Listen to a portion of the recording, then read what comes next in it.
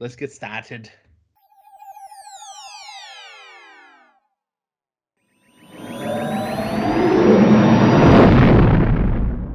Welcome, everyone, to another episode of the Dad's Dagobah. It's been a while. Should I get some better lighting? Ha! Oh, gosh, a little too bright. Oh, gosh, it is bright. Obi-Wan Kenobi could use more lighting in that last episode, but I'm not sure. Got a little too much light there, Sean. Is it too There much? you go. That's better. That's better. Okay, thank you for Welcome to another episode of Dad's Dagobah. It's been a while, and we're sorry we're hitting you guys on week 2 of Andor, which means we're 4 episodes behind. But we just wanted to start podcasting again. I was out last week, but we're back and we're gonna hit the ground running. I was gonna think of a little Star Wars thing to say, but I couldn't think of anything. Hit the hyperspace fast. That's right. Punch it. We are talking about all 4 episodes today. 20. What is it? We're 33% through the season. Yeah, 12 episodes. It's gonna be great. Which is nice because usually if we would basically be at the end of the show if this was any of the other Star Wars shows. I know.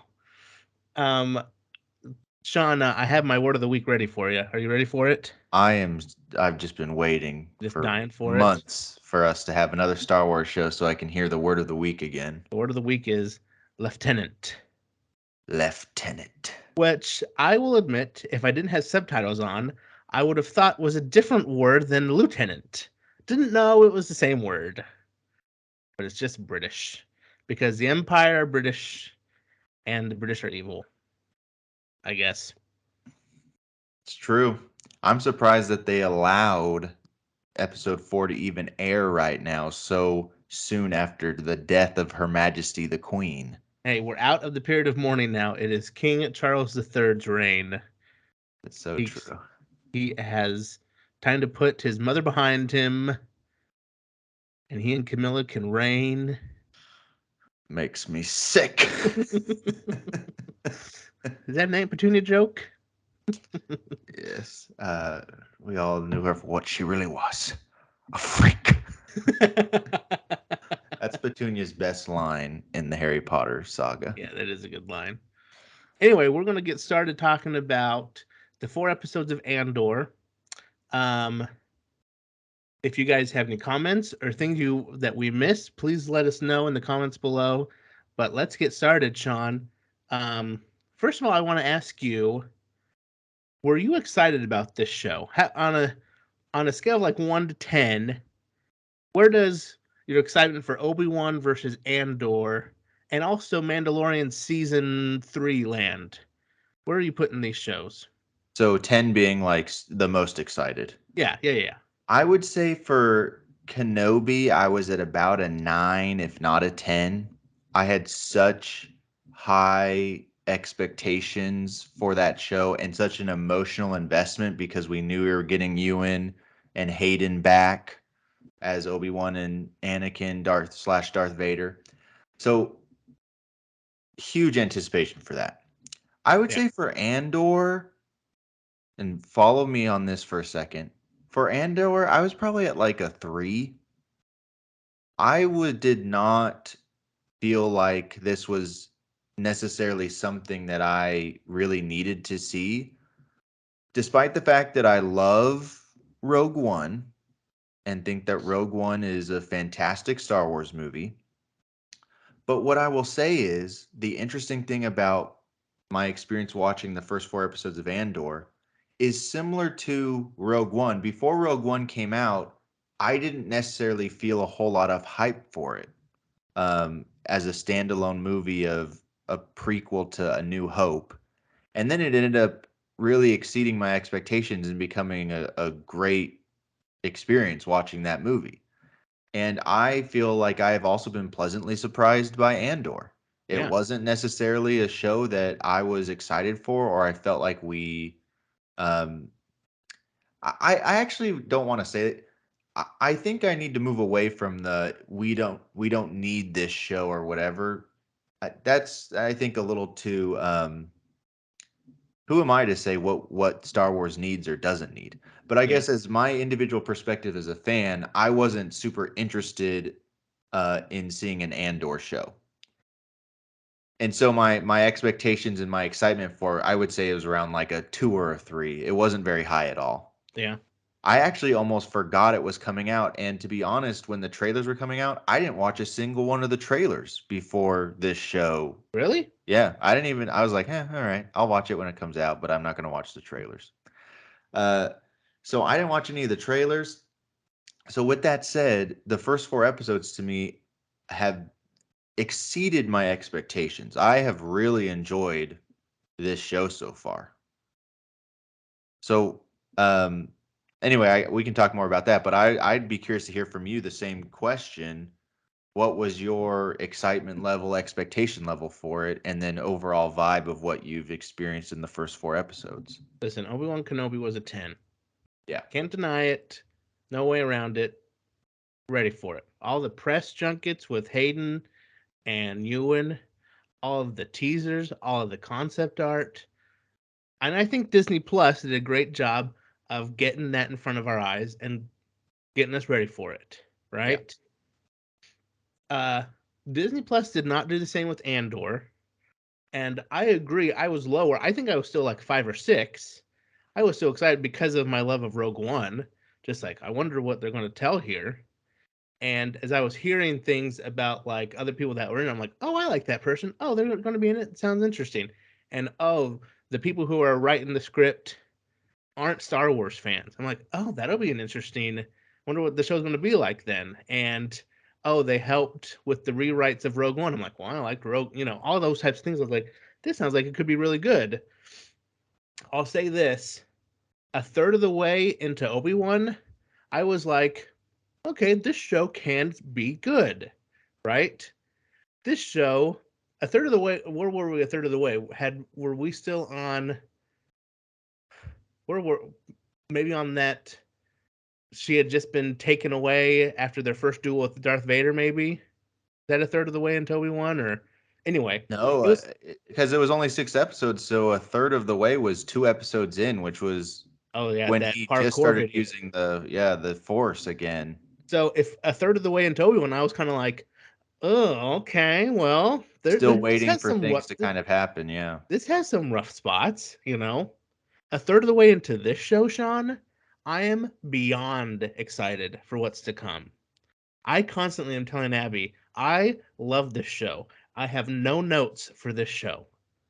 Not that That's I, not that I, my opinion matters at all when the writing, the directing, producing, but I have not had one moment where I'm like, oh, that's kind of. I said to Abby, I was like, there's no clunky dialogue. There's no weird moments. There's no out of place humor. There's none of that stuff. I'm just like, there's good acting. I'm just like, this show is great. yeah. So I think my expectations for Obi-Wan, I was like, okay, let's see what happens. And I was, pleasantly surprised by the end. This one, I'm like, okay, this show's gonna be great. So I think I 100% agree with you, and I think part of that is with the Obi-Wan show, the expectations were so high and there was more buildup of nostalgia because yeah, it had been so long since we saw those actors playing those characters in a project. Um, and so maybe you're right. Maybe under the weight of those expectations, parts of the Obi-Wan series kind of buckled a little bit, and not everything was. Its highs were very high. Like it delivered some great moments, but Andor to me seems it's much more consistent in what it's delivering. yeah, oh yeah, And I think because my expectations were lower, the consistency and the high quality of it has it basically is a home run because I'm not I didn't go in with huge expectations, and it's good product that is consistent across every episode, where I feel like every Star Wars show that we've had, I'm including The Mandalorian in that. Every season of The Mandalorian and or Book of Boba Fett or Obi-Wan or whatever it is, Bad Batch or whatever you want to say in this new Disney Plus era of Star Wars shows, there's always these ups and downs of, okay, that was a good episode, and then followed by a weird episode that seems out of place and isn't good. Like, And then oh, it's a good episode again. frog And then lady. yes, yeah. And I mean, we're only 4 episodes in, but I don't feel like any of the episodes so far in Andor have been weak or out of place. So yeah, again, I think they're doing a phenomenal job. I've been pleasantly surprised by it. I will say that because it's 12 episodes, I also feel less pressure for 2 episodes in to feel like they need to do more quicker Hmm. right now, which I felt in some of the other shows that were only 6 episodes. Right. And so I think a lot of people have been describing Andor as more of a slow burn, and I agree with that. But it has the room to do it because we're gonna be twice the length of any other Star Wars show that we've gotten so far. Yeah. And there's kind of two different. There's two stories. There's Andor's and Mon Mothma's story, right? Yeah. Well, and I would say that they absolutely made the right move by dropping 3 episodes Oh yeah, on yeah, yeah. on the launch, because the first and second episode, if you really just think about those, if we only got the first or just the first 2 episodes, I think we would have felt a little bit differently because the third one really kind of tied in the other two and the action really picked up. Mm-hmm. Um, because it's true, the first 2 episodes, not there weren't a lot of action scenes, but I don't know why I feel like I was okay with that. Like the character development, the um the things we were learning about the setups for future plot points that I assume will be paid off, all of it was very intriguing to me. And I didn't feel like I was missing, the Mos Vespa's chrome speeder chase through the streets or something like that, that was just like an action sequence that in Book of Boba Fett I feel like they put in that didn't add anything to the story. Or Just the this, long, yeah, yeah, the long extended gunfight in the streets of Mos Espa. You're like, how long is this going to go on for? You know, right. Yeah, there was no action in this episode, and I loved it. I right. was like, what the setup when oh, what's his name? The guy talks to Val, and they're just before Chem even comes out, and they're just chatting, and they're talking to. It's so beautiful. It's such great dialogue because like we as an audience have no idea what they're talking about. We know, hey, they're trying to get something, but the way they talk, you're like, oh wow, this is high stakes. They've been doing this for a long time. She's upset. He's kind of pulling the strings anyway. He's the guy in charge. And like without saying anything of what's happening, we have this whole backstory, and I just loved it. So I guess the only action scene was when the TIE fighters flew close, you know? Yeah. Yeah, it's I've heard a lot of people say this too, and I have to agree. I think that part of maybe the reason why we're responding so well to it too is it is different enough. It's like a little bit of a cliche term, but breath of fresh air for like, oh, this is different, something. It's breaking the mold of what we've seen from these Disney Plus shows, even the Marvel shows, Marvel and Star Wars, these 6 episode series type Mhm. things. Um, yeah, I think it's been great. I think one big difference for me is, and I think we've talked about this before, is where they're shooting it. They're not shooting in the volume, and it seems like just so gorgeous where they shoot these things. Like in the Highlands of Scotland, it seems like is where they're shooting this episode. Yeah. And maybe they do use the volume for some things, like maybe Coruscant or maybe some shots, but they weren't like married to it. Like I feel like Mandalorian, like they have to do all their stuff, in there. So I just think the visuals are so great. I do want to ask a question, Sean, kind of moving on, and I think you kind of touched on this. And I've heard people rumble about this and heard some people say this, so I want to get your take. Is this show too adult for Star Wars on Disney Plus? And I'll just kind of bring up some examples. We have kind of a brothel scene, it seems like, or a red light district, blue light, whatever it is, right? We have it's an off screen death of someone, but kind of intense. We have a curse word or two, maybe even two curse words that are now canon in Star Wars. Is this show too much? Or is this a breath of fresh air that you're just dying for? I don't. Uh, I mean, in terms of that, I don't think it's either. I don't think it's too much, but I don't. It's not like I'm craving like, yes, give me more adult Star Wars content.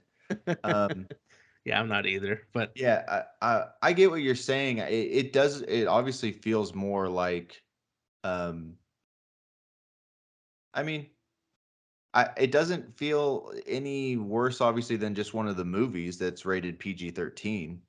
Um, but it's I can see how it could be kind of intense, especially it's not just a death. I mean, it's straight up Cassian yeah, murders that yeah. guy. Um, shoots. Can only assume it's a headshot. But I mean, it's kind of the same death as what he did in Rogue One, What he right? does in Rogue One, it's very similar to Yeah. that. Yeah, I think that it's probably not a show for you know children. There's no baby Uh, Grogu. There's no yeah, cuteness, you know. but I actually I think I was watching Star Wars Explained talk about it and saying that this is one of the first shows in a while that feels like maybe it is for our demographic, a little bit more of a mature audience without going overboard with, it's not TVMA or anything like Yeah, that. I right, wonder if right. we'll ever, if they'll ever make a TVMA Star Wars show, but Mm. um yeah, I think it's just something different. It's maybe a different target audience. And for we get the Bad Batch, we get Star Wars Resistance, we get Star Wars Rebels, and that's a target audience. And maybe you and I like consume that media just because we're Star Wars fans and whatever, we can enjoy it for what it is, but it's not made for us, and that's okay. Similarly, Andor is a show that isn't catering to the 7-year-old Star Wars fan. Yeah, I just feel like whenever we watch those animated shows and we have complaints, people always like, it's for kids, you know, and we kind of say the same thing, right, with the prequels. It's for kids. It's not for the kids who were in 1977 watching A New Hope. It's for the next generation. This, I feel like, and I agree, this is made for older people, Yeah. more mature. I also have read a couple places and seen, I think Star Wars Explained talked about this as well, that Tony Gilroy had mentioned that the season is kind of broken up into 3 episode arcs. So the first 3 episodes kind of go together where it's build up, and then a lot of resolution in episode 3. Hmm. And then episode 4, 5 will be build up, and we'll get resolution in episode 6. And there will be kind of 4 main arcs across the 12 episodes, 3 Oh, episodes nice. for each arc, I wonder which if the also helped us, because this latest episode, episode 4, I mean, it ends super abruptly. I mean, it's just like you don't even. I'm like, all of a sudden they're just like, "Can I eat my food first or whatever?" It's like, "Yeah, study this thing," and he like looks around and the screen just goes end of episode. You're like, "Oh, okay." Mid conversation, just end the episode. I wonder if the heist will be the end of six then, or you know. Right. I think that we can anticipate that episode 6 will be them, you know, uh, putting the plan in place in Yeah. 3 days from now when this meteor shower thing is happening, or whatever is going to give them the cover they need. I think that's going to happen in episode 6. But yeah, well, what did you think about? Do you feel like it gave you the any feels or connections to Rogue One, or do you feel like this feels separate from the Cassian of Rogue One? See, in the first three episodes, I didn't really feel like this was even a Star Wars show. And that didn't bother me at all. I was like, the Empire is barely mentioned, if at all. They say the Empire maybe twice, and then there's the logo on the Star Hopper thing. There's no stormtroopers. There's no lightsabers. And if we didn't know who Cassian was, he's like the only, like everyone else, Aunt Petunia onwards, they're all new people that we have no recognition of, right? So it's like this show is great, and it's not a show that feels like it has to fans live off of fan service or live off of the familiar, right? It's treading its own path. It kind of throws little Easter eggs, but even the Easter eggs are like, oh, okay, they set a planet that we kind of recognize. Yeah. So it's not, it doesn't, what I liked about those first three, and episode 4 obviously changes because now we're on Coruscant, we have Mon Mothma, we have the ISB and all that stuff, right? But in the first three, it was, this is its own show, it's doing its own thing, and I was all for it. So Yeah, I don't know if maybe we'll get more flashbacks. We obviously see Cassian as a young boy on Kintari, yes, or Kanari or Kintari. I don't know. Kanari? I don't know. Um, anyway, but in Rogue One, he makes that, kind of during that heated conversation with Jin, he makes that comment about how he's been in this fight since he was 6 years old. And so I've been wondering, are we gonna see that? Like how, because we're seemingly, in my opinion, getting a different backstory through this show of he's definitely older than 6 during those flashbacks, and he's definitely not in the fight of the Rebel Alliance and the Empire because he's seemingly getting recruited right now 5 years before the events of Rogue One right. to the Rebel Alliance. So, what's that throwaway line now? Is that getting retconned in Rogue One, where it's like I've been in this fight since I was 6 years old? Well, technically, well, I mean, Leia says that she remembers her mother, so. So anyway, that totally ruined the show for me, and I'm not going to watch anymore. No, I agree. Yeah, I maybe he was just lying to Jin. Who knows? Yeah, he's obviously. I mean, but he's not much older than 6. Maybe he's 8 or 9. Yeah, Hmm. yeah. So I'll be interested to see. I'm interested what's going on with that band of roving kids anyway in those Why? Yeah. Why flashbacks. is it Like, just kids? Are where are the adults? We got we a ever going to meet his sister? Yeah, and where's the sister? Is that important? I mean, it seemed important in that first episode. It kind of felt like they were setting up that the girl that does his bandages was going to be his sister. That's what I thought. Because like she's like looking, they're like focusing on her, and then like they show like the head reveal from the poncho, our first in canon poncho ever since Fallen Order. Not pink though, unfortunately.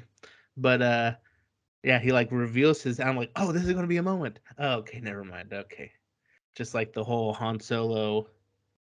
What was it? I thought it was gonna be the daughter of Beckett, and isn't her name Val? No. Yeah. Yeah, No. Anyway. Megan and Val. Well, I'll be curious to kind of see where we keep going with this show because I felt like in the first 3 episodes when we were on, um, gosh, I'm not going to remember any of these planet names. Ferric, is that Ferrick. what Ferric? When we were on Ferric, I felt like we were getting some good character development with some of the characters there. And now that Cassian's been whisked off to, this Andari or wherever they're doing this mission now, I'm like, is that it for those characters that I sure we hope not. we met in those first 3 episodes? Um, does Marva have a bigger role to play? Does um the emo droid, whatever his name is, he was great. Yeah, and so sometimes I don't know. We don't know what's going to happen in the show, so it's not a critique for me because it very well could come back to that. But sometimes I feel like in a lot of shows that I watch that are these kind of bigger scale big world building, big IP type things. I'm like, I want more consistency where through the entire season or something, we're with the same group of characters. So we see their plot lines uh, really play out rather than Cassian being the singular thread through the whole thing. We need multiple threads that last through the whole season, in my Yeah. mind. But I did like how they interplayed his not kidnapping, but his taking away off the planet, and how they played it off with his not kidnapping, but kind of being taken away uh off of Ferrex, and how he didn't get to choose either time, that he's still listening to other people and being taken by other people. And anyway, I kind of like that. I agree. I hope we can get back to these people, but I don't know. I don't know how. I'm curious too how to see how Andor and Mon Mothma's, well, their story. I'm sure their stories were intertwined, but are they going to meet each other? Are these stories kind of on a collision course? I don't know. yeah. I also am not sure that we have seen yet something convincing to help us really believe that Cassian is committed to the cause of the Yeah, Rebel Alliance. yeah. He's not there yet. Right now, I feel like he's on this mission because he's trying to escape legal, Yeah, ramifications, legal fallout from his crimes, and the promise of a $200,000 or 200,000 credit paycheck. But I feel like there's what's his motivation for wanting to fight the Empire other than those things? I don't think we've gotten one of those yet. he's a Han Solo. He's a Han Solo right now. What's his Yep. motivation? He's trying to get away from Jabba, get enough money to pay off his debts, I guess, right? Yep, and give a fortune's worth of coaxium to Emphas Nest to That's start the rebellion, single-handedly funding the entire rebellion. uh, I have enjoyed the episodes. I don't know that we need to go through an episode by episode breakdown. I've enjoyed them so far. Like I said, there's been no slow moments. Um, music's been fine. Uh, yeah, the action scene we did get was cool with all those chains falling down and going through. I just love uh how that I kind of said this to you earlier, how they needed to bring 12 men for one man. I was like, that seems like a little heavy-handed. Like, we need 4 teams of 3 each. We're going to pinch him in. I'm like, how do you even know where he is?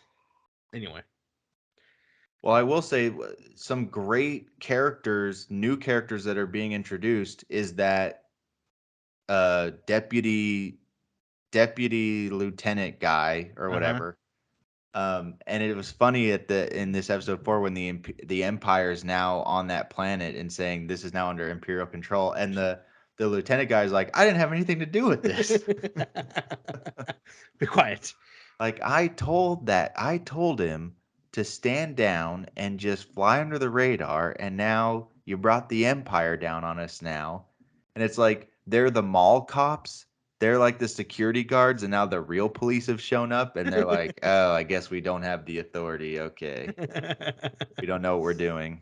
And that guy But raises his hand.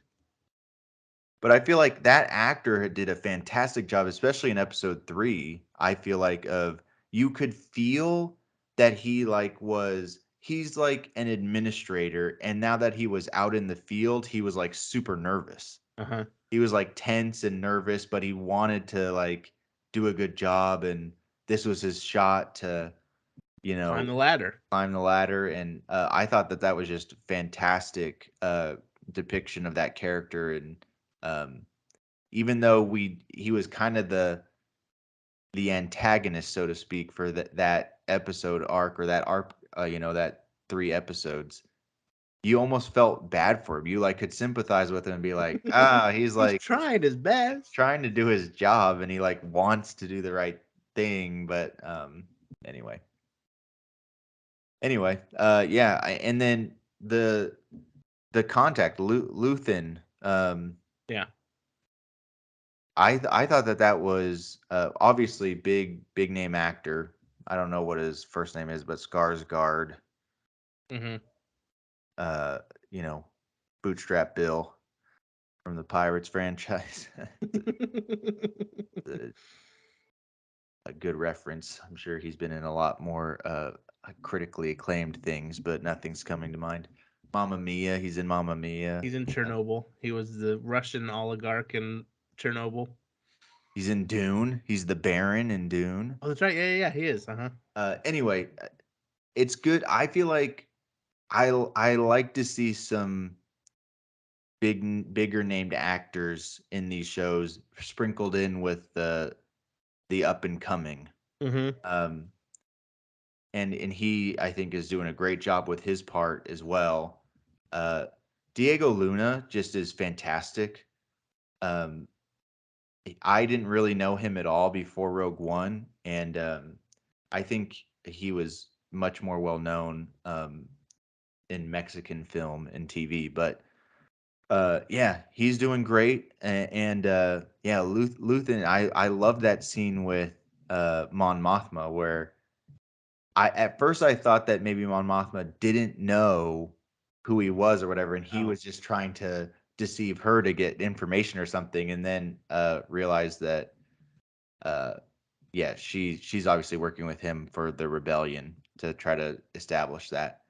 And then I need to know what this drama for this dinner party I know. is. What's going on here? Is her husband a spy too? And I'm thinking her marriage, that's gonna got to be a subplot here that her marriage is deteriorating. I mean, boss, she's a woman senator trying to lead the rebel alliance, trying to start a rebellion. She's got enough on her plate without some whiny husband about how he doesn't get to have the parties he wants to have.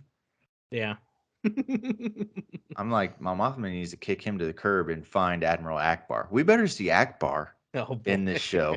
We just talked about how the show doesn't need to rely on fan service and the familiar. If we don't see Akbar and or Radis, if we don't see a Mon Calamari making out with Mon Mothma at some point in this show, huge missed opportunity. Huge. Huge. Yeah. I'm intrigued by the Mimban stuff because we saw Mimban on Solo. It's that mud planet. I didn't know the Empire was fighting themselves. I want to do more research and see what they have to say about that.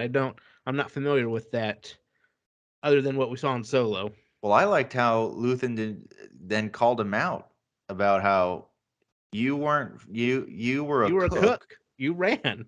You were a cook and you only survived because you were a deserter. Yeah. And you could tell that, Cassian's like, all right, how do you know that? And the fact that you do know that, there's more at play here than I understand. Yeah. Well, that's all I've got for this episode this week. I And agree. I true, don't know. I don't know how invested I am in the Imperial lieutenants that are, you know, bickering with each other about whose jurisdiction is whose. it'll be I'm interesting to sure that'll see. come into play. Yeah.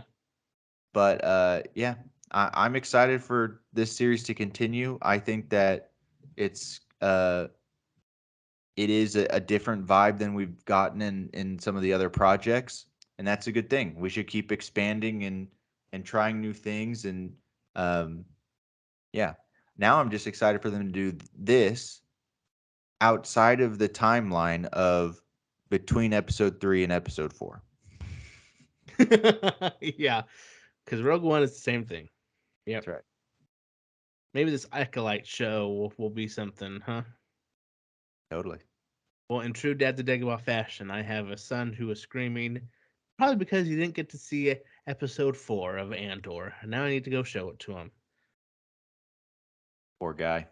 Yeah. Well, we'd love to hear from everybody else what you think of this show. If we If don't see Dex in the next episode, Mon Mothma gives him a big hug. Maybe Mon Mothma and Dex are a thing? hey, It's a lot of hands. A lot of hands.